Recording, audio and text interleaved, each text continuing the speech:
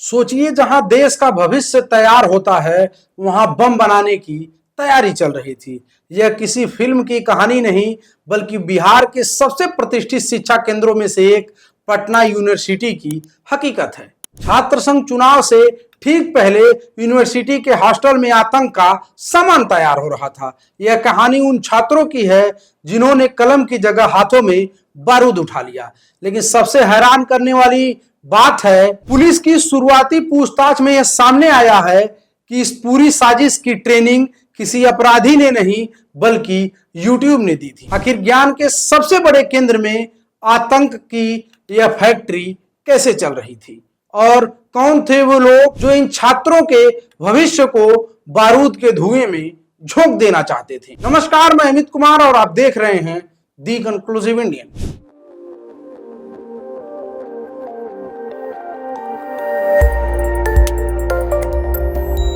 एक दिन रात को पटना पुलिस के पास एक सीक्रेट टिप आती है जिसने सबके होश उड़ा दिए। खबर थी कि पटना यूनिवर्सिटी के अंबेडकर हॉस्टल में कुछ छात्र बम बना रहे हैं।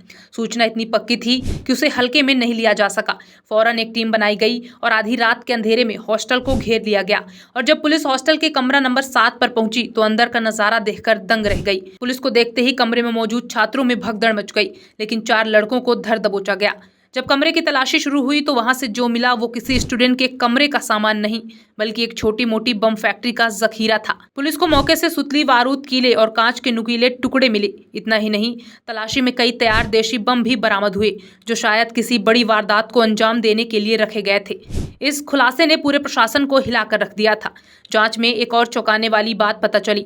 जिन कमरों में यह सब चल रहा था वे किसी भी छात्र को अलॉट नहीं किए गए थे, बल्कि ये जर्जर और खाली पड़े कमरे थे जिन पर कुछ छात्रों ने अवैध कब्जा कर रखा था और यहीं से अपनी आपराधिक गतिविधियां चला रहे थे। हॉस्टल जो छात्रों का दूसरा घर होता है, अब वह वर्चस्व और सियासत की लड़ाई का अड्डा बन चुका था, जिस पर प्रशासन ने फौरन एक्शन लेते हुए पूरे हॉस्टल को खाली कराकर सील कर दिया। पुलिस ने जब हिरासत में लिए गए छात्रों से सख्ती से पूछताछ की तो इस साजिश की परतें खुलने लगी। छात्रों ने जो दावा किया वह आज के डिजिटल युग में एक बड़े खतरे को दिखाता है। उन्होंने बताया कि बम बनाने का तरीका उन्होंने किसी और से नहीं, बल्कि YouTube पर मौजूद वीडियो से सीखा था। यह एक ऐसा खुलासा था जिसने जांच अधिकारियों को भी हैरान कर दिया। छात्रों के मुताबिक अगर बम बनाने में कोई भी दिक्कत आती तो वे तुरंत YouTube का वीडियो देखकर अपनी प्रॉब्लम सॉल्व कर लेते थे। यह घटना दिखाती है कि कैसे इंटरनेट का गलत इस्तेमाल युवाओं को एक खतरनाक रास्ते पर धकेल सकता है।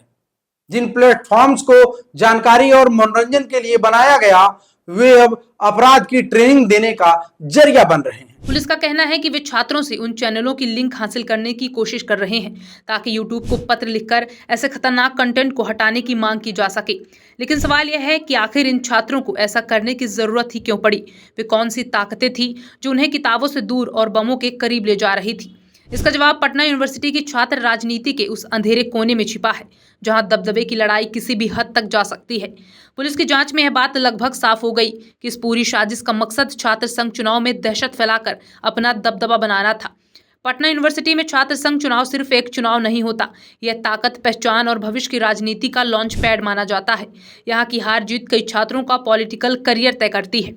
इसी ताकत को पाने के लिए छात्र गुट किसी भी हद तक जाने को तैयार रहते हैं, जिसमें हिंसा और धमकी देना आम हो गया है। गिरफ्तार छात्रों ने कबूल किया कि वे चुनाव के दौरान बम फोड़कर दूसरे गुटों में डर पैदा करना चाहते थे ताकि वे आसानी से चुनाव जीत सके।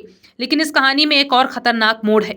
इस साजिश में सिर्फ मौजूदा छात्र ही शामिल नहीं थे, बल्कि उनकी मदद कुछ पुराने छात्र भी कर रहे थे। ये वो सीनियर्स थे जो यूनिवर्सिटी से तो निकल चुके थे, लेकिन कैंपस पर अपनी पकड़ छोड़ना नहीं चाहते। वे नए छात्रों को अपने गुट में शामिल करते हैं, उन्हें पैसे और पावर का लालच देते हैं और फिर अपने सियासी फायदे के लिए उन्हें इस्तेमाल करते हैं। बताया जाता है कि बम बनाने और उन्हें छिपाने में भी इन्हीं पुराने छात्रों ने मदद की थी। पुलिस ने कहा कि इन लोगों की पहचान कर ली गई है और उनकी गिरफ्तारी के लिए छापेमारी की जा रही है। बता दें कि पटना यूनिवर्सिटी कैंपस का हिंसा और बमबाजी से पुराना नाता रहा है। यह घटना कोई पहली बार नहीं हुई है, बल्कि यह उस सिलसिले की एक और कड़ी है जो सालों से चली आ रही है। इसी साल मार्च 2025 में छात्र संघ चुनाव से ठीक पहले यूनिवर्सिटी के दरभंगा हाउस कैंपस में एक प्रोफेसर की कार पर क्रूड बम फेंका गया था, जिससे पूरे कैंपस में डर फैल गया था। यह हमला भी छात्र गुटों के बीच वर्चस्व की लड़ाई का ही नतीजा था। इससे भी दर्दनाक घटना पटना के बीएन कॉलेज में हुई थी, जहां आपसी रंजिश में फेंके गए एक बम ने परीक्षा देकर निकल रहे एक छात्र की जान ले ली थी। सुजीत कुमार नाम का यह छात्र एग्जाम देकर बाहर ही आया था कि बम सीधे उसके सिर पर जा लगा। इस मामले में भी पुलिस ने कई छात्रों को गिरफ्तार किया और जांच में छात्र गुटों की पुरानी दुश्मनी की बात सामने आई। ये घटनाएं चीख चीख कर बता रही हैं कि पटना यूनिवर्सिटी और उसके कॉलेजों के हॉस्टल धीरे धीरे आपराधिक तत्वों की पनाहगाह बनते जा रहे हैं।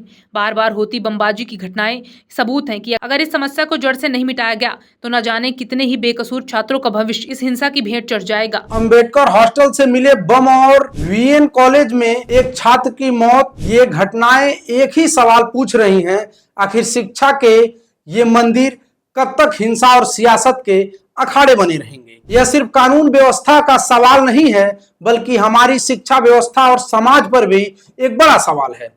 जब छात्र किताबों की जगह यूट्यूब से बम बनाना सीखने का दावा करने लगे तो हमें सोचना होगा कि हम अपनी युवा पीढ़ी को कैसा भविष्य दे रहे हैं। पुलिस अपनी जांच कर रही है, गिरफ्तारियां हो रही हैं, लेकिन असली सवाल यह है कि क्या उस जड़ को खत्म कर पाएंगे जो छात्र राजनीति को अपराध की तरफ धकेल रही है। आप इसके बारे में क्या सोचते हैं? क्या छात्र संघ चुनाव पर पूरी तरह रोक लगा देनी चाहिए या यूनिवर्सिटी प्रशासन को सख्त होने की जरूरत है? हमें कमेंट बॉक्स में अपनी राय जरूर बताएं और यह रिपोर्ट आपको जरूरी लगी हो तो ज्यादा से ज्यादा शेयर करें ताकि यह आवाज सही लोगों तक पहुंच सके।